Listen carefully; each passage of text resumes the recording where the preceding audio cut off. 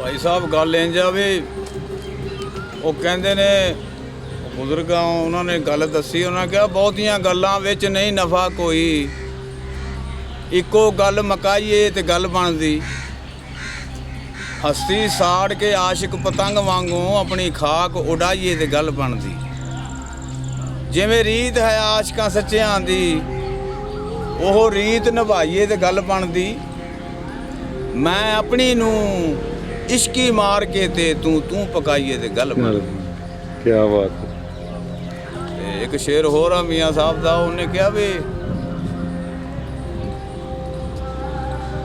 ਇੱਕ ਡਰ ਦੁਨੀਆ ਦਾ ਦੂਜੀ ਤਾਂਗ ਸਜਣ ਦੀ, ਇੱਕ ਡਰ ਦੁਨੀਆ ਦਾ ਦੂਜੀ ਤਾਂਗ ਸਜਣ ਦੀ, ਤੀਜੀ ਉਮਰ ਗੁਜ਼ਰਦੀ ਜਾਵੇ।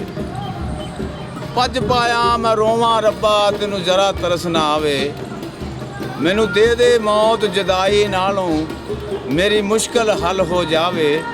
ਤੇ ਸਰਦਾਰ ਅਸਾਂ ਰੱਬ ਉਹਨੂੰ ਮੰਨਣਾ ਜਿਹੜਾ ਵਿਛੜੇ ਯਾਰ ਮਲਾ। ਕੀ ਬਾਤ ਹੈ ਜੀ।